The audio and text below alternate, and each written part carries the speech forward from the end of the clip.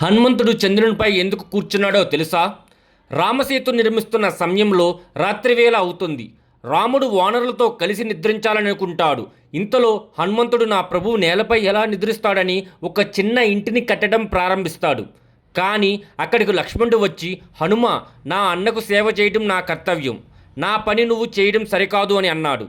హనుమ, నన్ను క్షమించండి, కానీ నా ప్రభుకు సేవ చేసే హక్కు నాకు కూడా ఉందని బదులిచ్చాడు. శ్రీరామునికి ఎవరికి సేవ చేయాలనే దానిపై ఇద్దరు ప్రేమగా వాదించుకుంటారు. అప్పుడు శ్రీరాముడు వచ్చి, హనుమ, ఈ పనిని లక్ష్మణుడికి వదిలిపెట్టు, నేను నీకు ఇంతకంటే గొప్ప బాధ్యతను అప్పగిస్తాను అని అన్నాడు.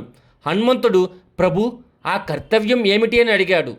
శ్రీరాముడు, ప్రతి రాత్రి నువ్వు సైన్యం మొత్తానికి కాపలా కాయాలి అని చెప్పాడు.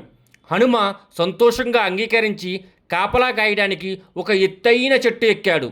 కానీ అక్కడ నుండి సైన్యంలో కొంత భాగం మాత్రమే కనిపించింది.